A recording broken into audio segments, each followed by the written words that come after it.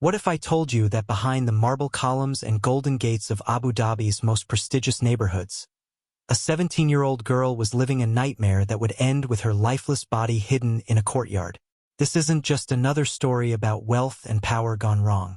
This is about Noor Hassan, a teenager who traveled thousands of miles from rural Ethiopia, believing she was stepping into opportunity. Instead, she walked straight into the hands of predators who saw her as nothing more than property. Have you ever trusted someone completely, only to have them destroy your life? Have you ever sent a family member away, hoping they'd find something better, only to never see them alive again? If you've experienced betrayal or loss, you'll understand the horror that's about to unfold. Right now, as you're watching this video, there are millions of domestic workers trapped in situations just like Noor's. They're invisible, they're voiceless, and when they become inconvenient, they disappear. But here's what the wealthy Sheikh Khalid bin Rami didn't expect. His forbidden obsession with this teenage servant would ignite a chain of events so explosive, it would expose the darkest secrets of Abu Dhabi's elite and challenge centuries-old traditions that have protected killers for generations. Before we go any further, I need to ask you something, and I want you to be honest with yourself. How many true crime channels have you subscribed to that actually teach you something valuable? Most just tell stories and disappear.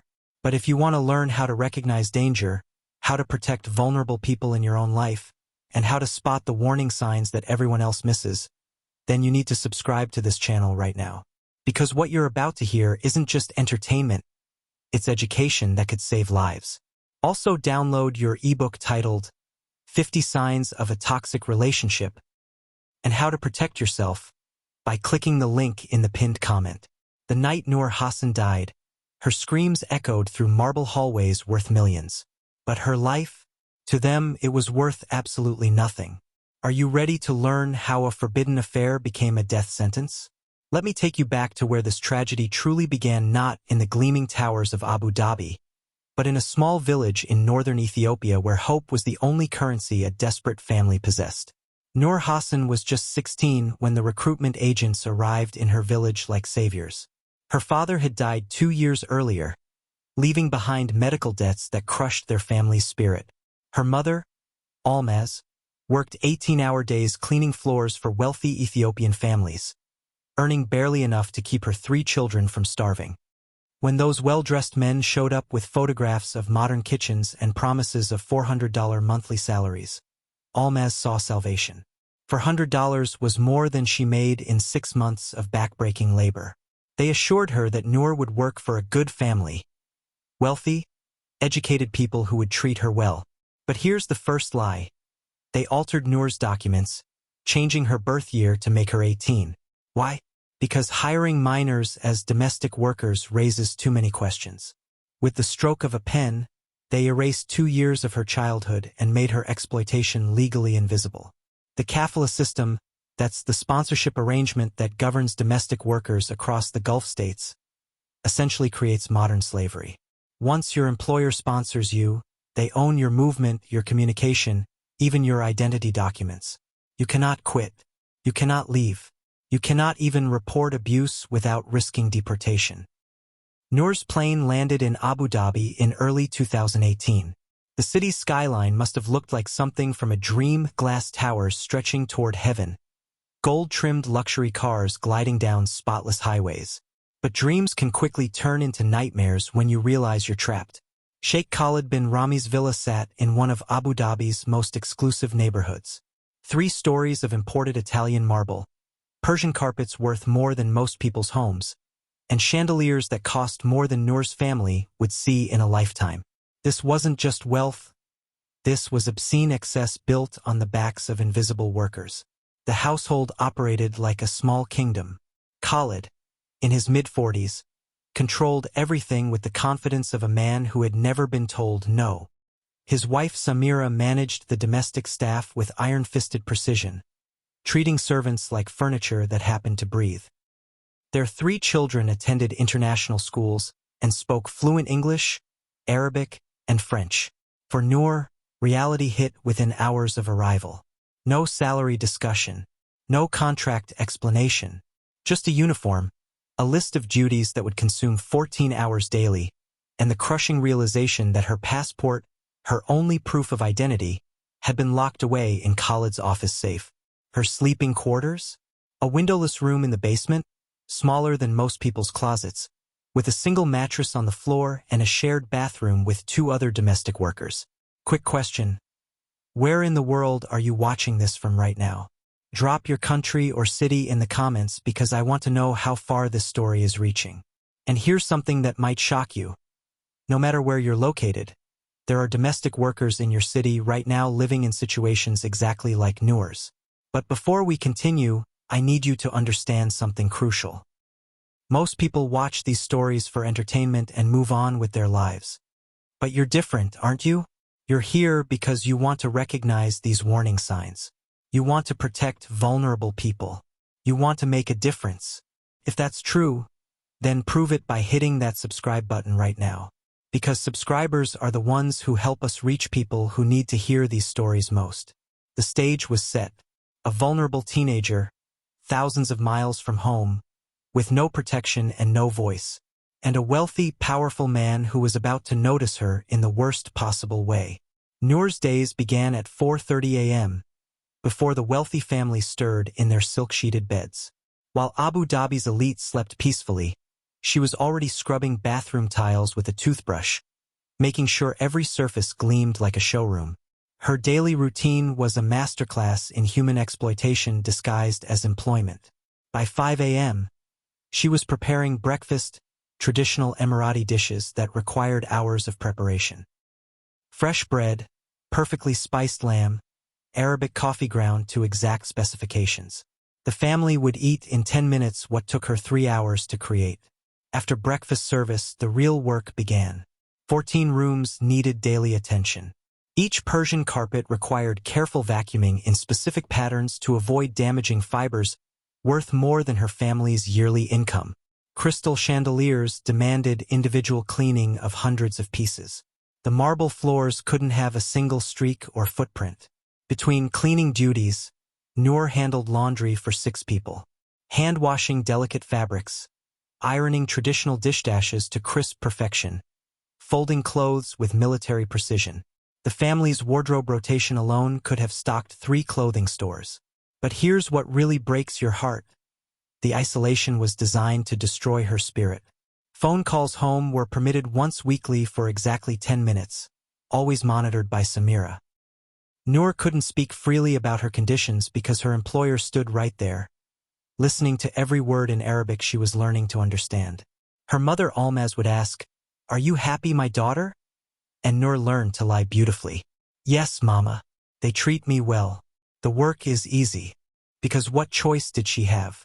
Complaining meant losing the job, which meant her family would starve. The cruelest part? The luxury surrounding her served as constant mockery. She cleaned gold-plated bathroom fixtures while using a shared toilet in the basement.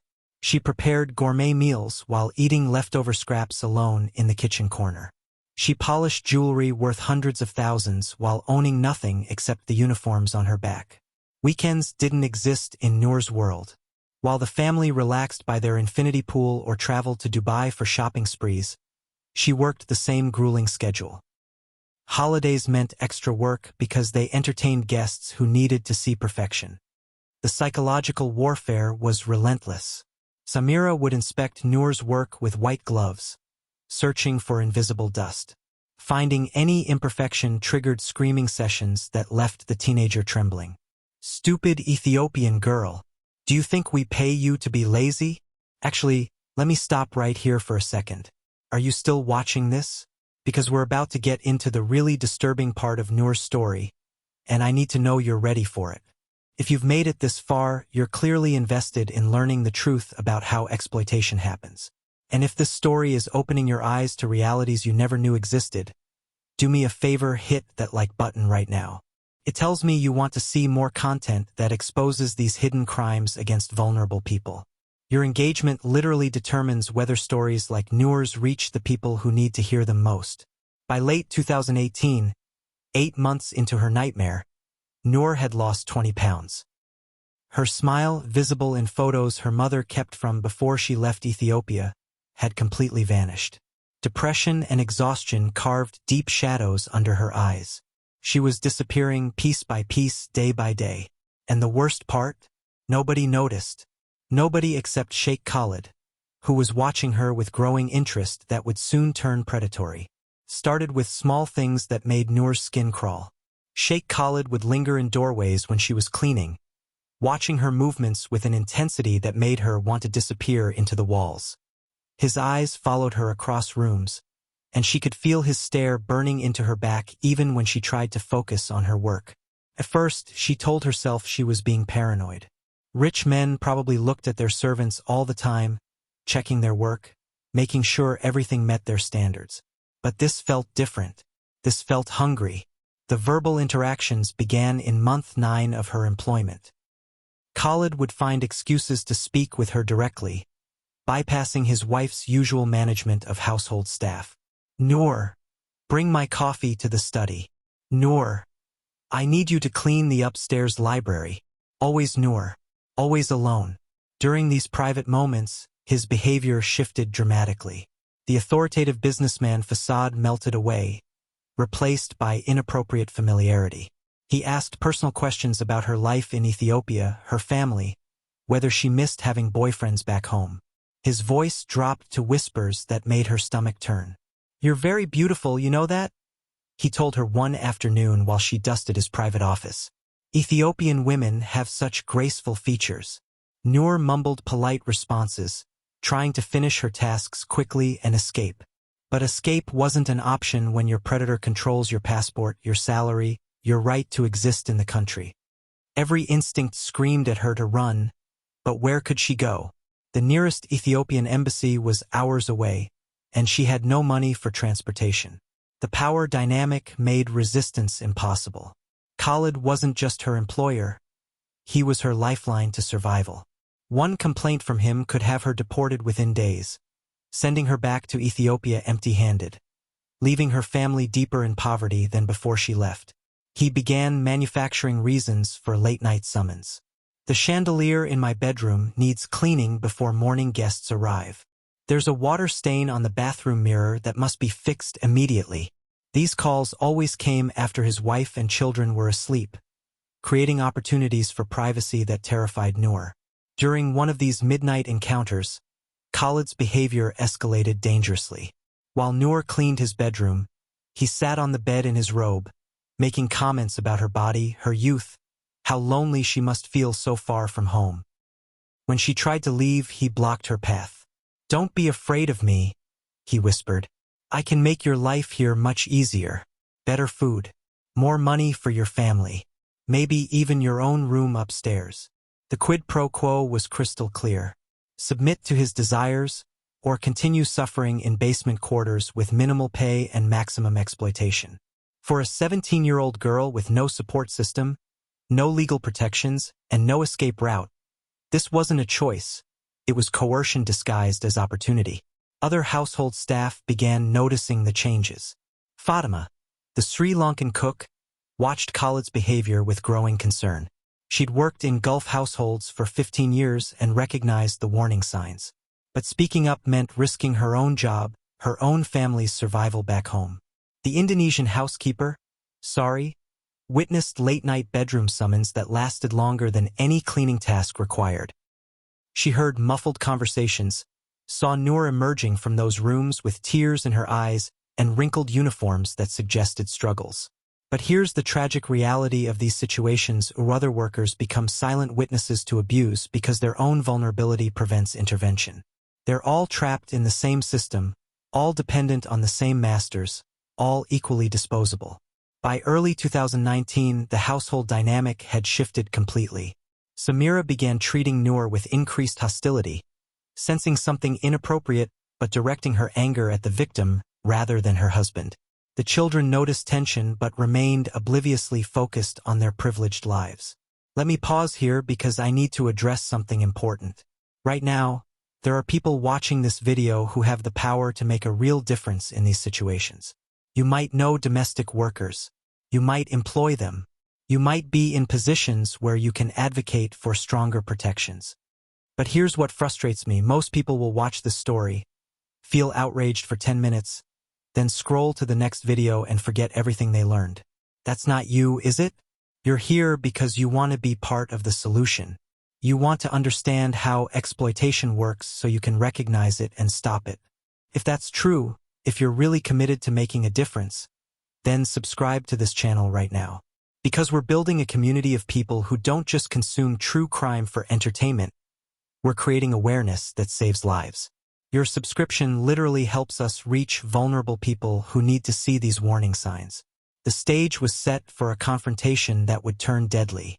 Khalid's obsession was spiraling beyond control, and Noor was running out of ways to resist. Secrets have a way of surfacing, especially in households where every whisper echoes through marble hallways.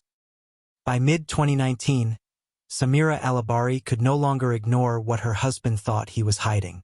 The signs were everywhere for those willing to see them. Khalid's sudden interest in household management. His late-night inspections of cleaning quality. The way his eyes tracked Noor's movements during family gatherings. Most telling of all, the way Noor flinched whenever he entered a room. Samira had been married to Khalid for 18 years. She knew his patterns, his moods, his tells when he was lying. The man claiming to work late in his study was actually prowling the house, finding excuses to interact with their teenage servant. The breaking point came during Ramadan 2019. While preparing for evening prayers, Samira discovered evidence that shattered her world, intimate messages on Khalid's phone, written in broken English that could only have come from Noor. The content was explicit enough to confirm her worst fears about what was happening under her own roof. But here's where this story takes its darkest turn. Instead of confronting her predatory husband, Samira directed her rage at the victim. In her mind, Noor had seduced Khalid, corrupted their family's reputation, and brought shame upon their household. This twisted logic isn't uncommon in cases of abuse. Wives often find it easier to blame vulnerable servants rather than acknowledge their husband's crimes. It's psychological self-protection. Admitting your spouse is a predator means admitting your entire life is built on lies. Samira's fury consumed rational thought. She confided in her sister Layla, painting Noor as a manipulative temptress who had destroyed their family's honor. "This Ethiopian girl has poisoned our home," she wept. "She's made us the subject of gossip among our friends." Word spread through their social circle like wildfire. In conservative Gulf society, family reputation is everything. Business relationships, social standing, even children's marriage prospects can be destroyed by scandal. The thought of neighbors whispering about Khalid's affair with a teenage servant was unbearable. Enter Harith bin Rami, Khalid's older brother, and the family's self-appointed moral authority. At 52, Harith embodied old-world values that viewed women as property and family honor as sacred. He'd built his identity around being the responsible brother, the one who maintained family traditions while Khalid enjoyed his wealth. When Samira tearfully explained the situation, Harith's reaction was immediate and chilling. "This cannot stand," he declared. "Our family name cannot be destroyed by some servant girl's manipulation." Harith's worldview was shaped by generations of patriarchal control. In his mind, Noor represented everything wrong with modern society. Foreign influence corrupting traditional values, women overstepping boundaries, servants forgetting their place. Her very existence had become an insult to everything he held sacred. The concept of family honor that drove Harith's thinking has roots in tribal traditions where collective reputation mattered more than individual lives. For centuries, this mindset justified violence against women who were perceived as bringing shame to their families. Even though UAE law was evolving, these ancient attitudes persisted in private conversations. Harith began holding secret family meetings, excluding Khalid but including male cousins and uncles. The discussions focused on solving the Noor problem before scandal destroyed their business connections and social standing. Nobody used the word murder explicitly, but the implications hung heavy in every conversation. "Something must be done," became their repeated phrase. "This situation cannot continue. Let me ask you something, and I want you to really think about this. Have you ever been in a family where toxic dynamics made you stay silent about abuse? Maybe you witnessed domestic violence, inappropriate behavior, or exploitation, but family pressure kept you from speaking up. Drop a comment below sharing your thoughts on how family loyalty can sometimes protect abusers. Your experiences might help someone else recognize these dangerous patterns in their own lives. The final family meeting took place in early December 2019. Harith had made his decision. Noor Hassan, the 17-year-old girl who just wanted to help her family escape poverty, had been marked for death by men who saw her as nothing more than a stain on their reputation. The countdown to murder had begun. December 15, 2019 started like every other day in the bin Rami household. Noor woke before dawn, prepared breakfast with trembling hands, and tried to make herself invisible as the family went about their privileged routines. She had no idea this would be her last sunrise. The evening began with unusual tension. Khalid seemed agitated, pacing through rooms and speaking in hushed phone calls. Samira moved through the house like a woman preparing for war, her jaw clenched and eyes burning with barely contained rage. Even the children sensed something was wrong, asking fewer questions than usual before retreating to their rooms. Around 9 p.m., after the family had finished dinner and evening prayers, Harith arrived unexpectedly. His presence always made the household staff nervous. He had a way of looking through servants as if they were furniture that had forgotten its place. But tonight felt different. Tonight, his cold stare fixed on Noor with an intensity that made her blood freeze. Fatima, the Sri Lankan cook, later testified that she overheard heated Arabic conversations between the brothers. Though her understanding was limited, she caught repeated mentions of dishonor, family name, and final solution. The words sent chills down her spine because she'd heard similar discussions in previous households, conversations that ended with servants disappearing.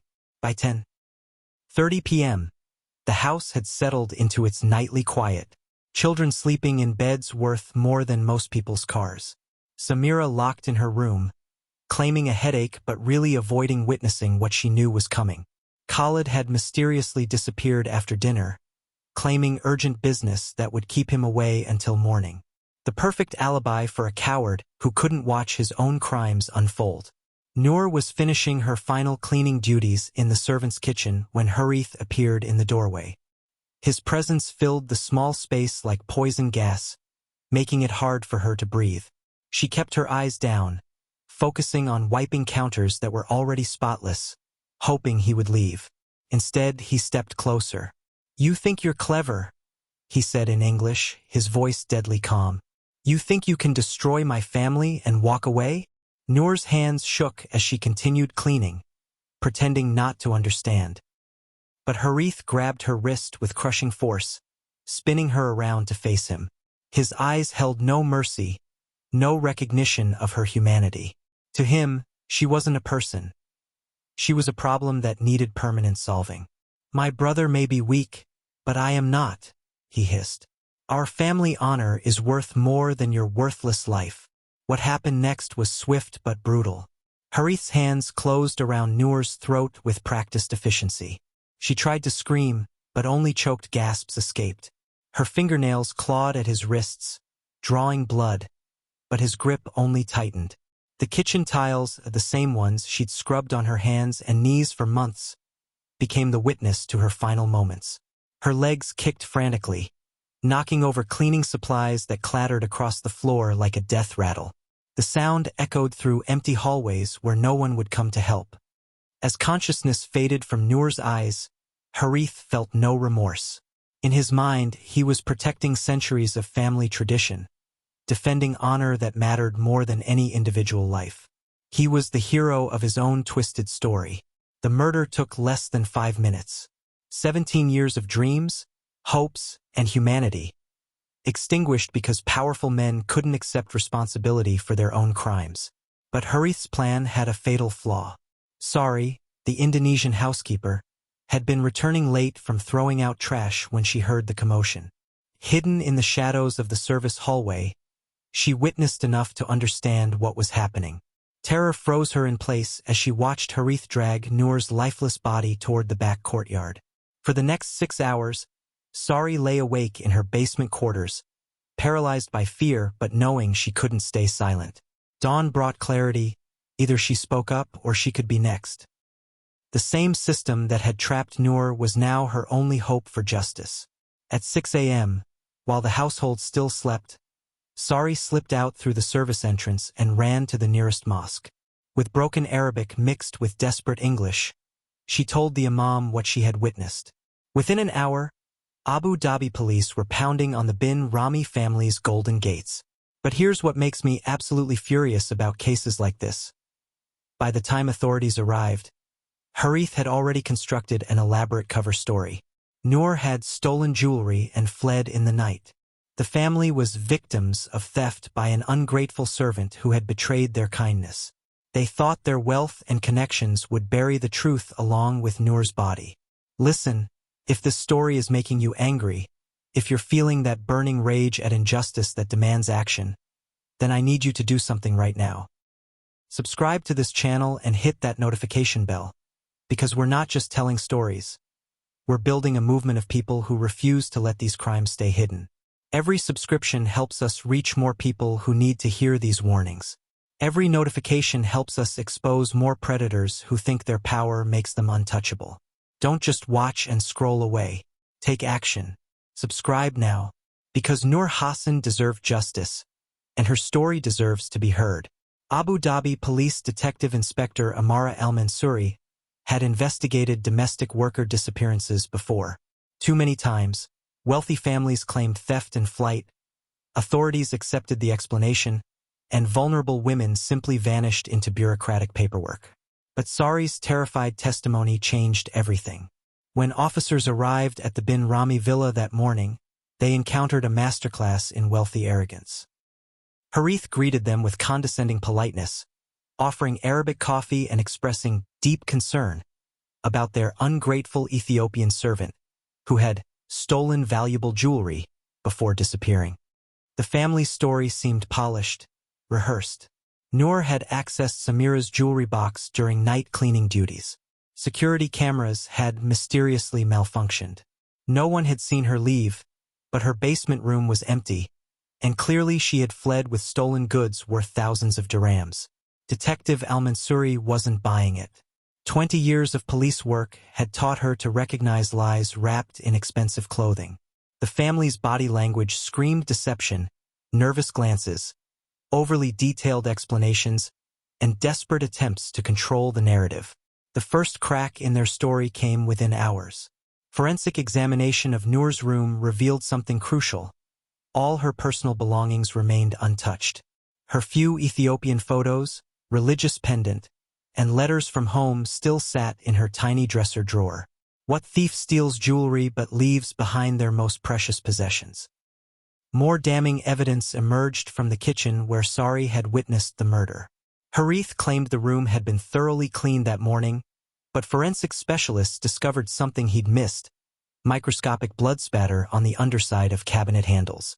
The pattern was consistent with violent struggle, not routine cleaning. But the investigation's breakthrough came from an unexpected source.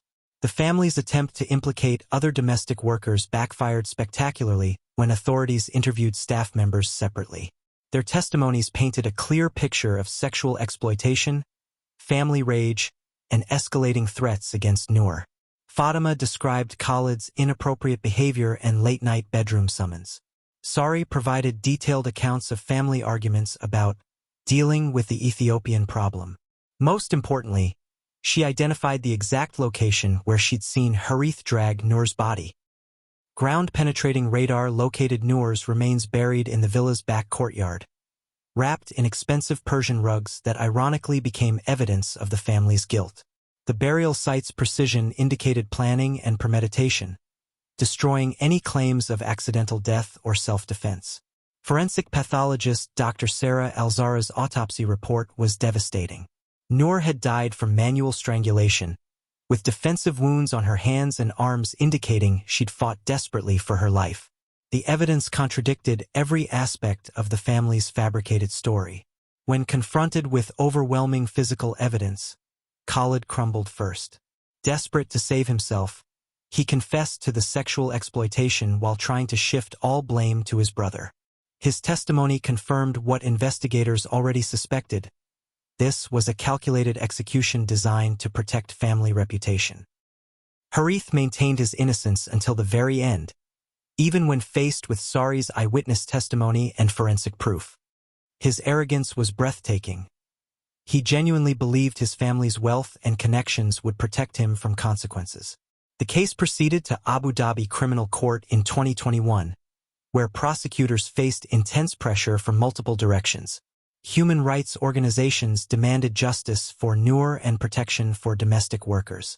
Ethiopian government officials threatened diplomatic consequences if the case was mishandled. Most significantly, the timing coincided with UAE legal reforms that had eliminated reduced sentences for so-called honor killings. For decades, Article 334 of the Penal Code had allowed lighter punishments for men who killed female relatives to preserve family honor. Those days were over.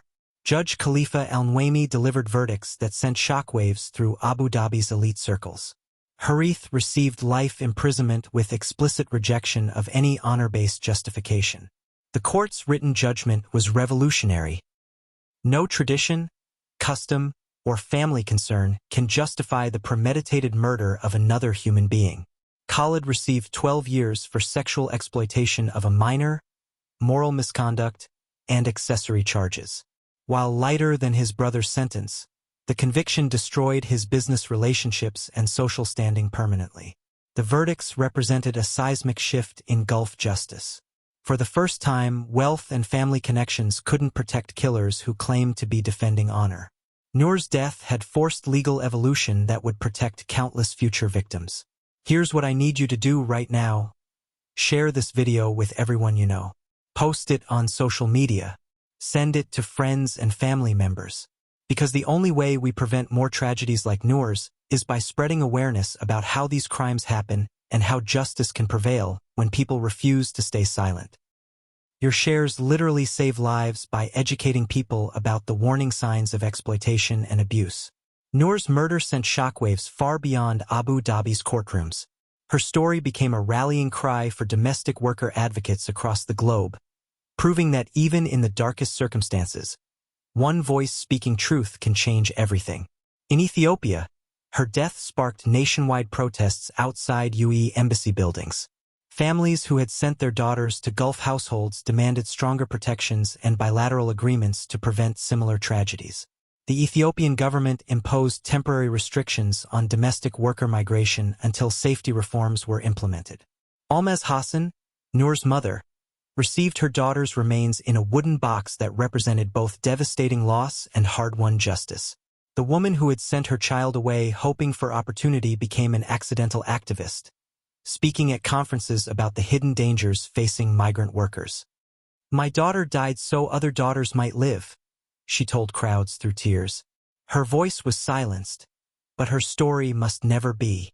The case forced uncomfortable conversations about modern slavery hiding behind closed doors of wealthy neighborhoods worldwide. Domestic workers in London, New York, Dubai, and beyond began recognizing their own experiences in Noor's story: isolation, document confiscation, sexual exploitation, and threats that kept them silent. International advocacy organizations seized Noor's case as evidence that existing protections were dangerously inadequate. The kafala system, while reformed on paper, continued enabling abuse through power imbalances that made workers completely dependent on potentially predatory employers. But the most important lesson isn't about legal systems or international agreements. It's about individual responsibility to recognize and report exploitation when we see it. How many times have you encountered domestic workers who seemed scared, isolated, or controlled? Maybe the housekeeper who never speaks during family gatherings. The nanny who flinches when employers raise their voices. The elderly caregiver who never has personal phone conversations. These aren't coincidences. They're warning signs that most people ignore because intervention seems complicated or none of their business.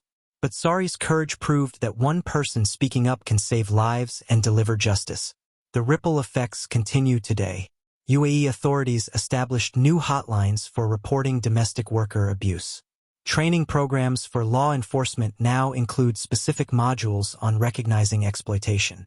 Embassy officials conduct surprise welfare checks on sponsored workers. More importantly, Noor's case demonstrated that wealth and privilege can't protect killers when investigators refuse to accept convenient lies. Detective Al-Mansouri's thorough work showed that justice is possible when authorities treat domestic workers' lives as valuable as their employers' reputations. But here's what frustrates me most. How many more Nawas are suffering right now while people scroll past stories like this without taking action? If you've watched this entire video, you're not one of those people. You're someone who cares about justice, someone who wants to protect vulnerable individuals, someone who understands that awareness creates change. So prove it. Subscribe to this channel right now and commit to being part of the solution.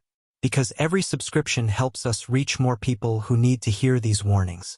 Every view helps us expose more predators who think their crimes will stay hidden. Don't just feel outraged for 5 minutes then move on with your life. Take action. Subscribe. Share. Speak up when you see exploitation happening around you. Because Noor Hassan's death demands more than sympathy, it demands change. Noor Hassan should be alive today. She should be 22 years old, maybe married, maybe sending money home to help her younger siblings get educations she never had the chance to complete. Instead, she's buried in Ethiopian soil because powerful men thought their reputation mattered more than her life. But her death wasn't meaningless if it teaches us to recognize the warning signs that everyone else ignores. Watch for domestic workers who never speak freely, never have personal belongings, never receive phone calls or mail. Notice when employers control every aspect of someone's movement, communication, and identity. Pay attention when vulnerability meets unchecked power. Most importantly, speak up when you see exploitation. Report suspicious situations to local authorities, human rights organizations, or embassy officials. One phone call can save a life. One witness can deliver justice. The UAE now has a 24-hour hotline for reporting domestic worker abuse. 800-SAVE. Similar resources exist in every country where migrant workers face exploitation. Use them. Here's my challenge to you. Don't let Noor's story end with this video. Research domestic worker rights in your area. Learn the warning signs of trafficking and exploitation. Become someone who protects vulnerable people instead of looking the other way. If this story has opened your eyes to realities you never knew existed, if you're committed to being part of the solution instead of part of the problem, then prove it by subscribing right now and hitting that notification bell. Share this video with people who need to hear Noor's story. Your engagement helps us reach vulnerable individuals who desperately need these warnings. Thank you for watching, thank you for caring, and thank you for refusing to let injustice hide behind wealth and privilege. Like this video if it educated you about something important.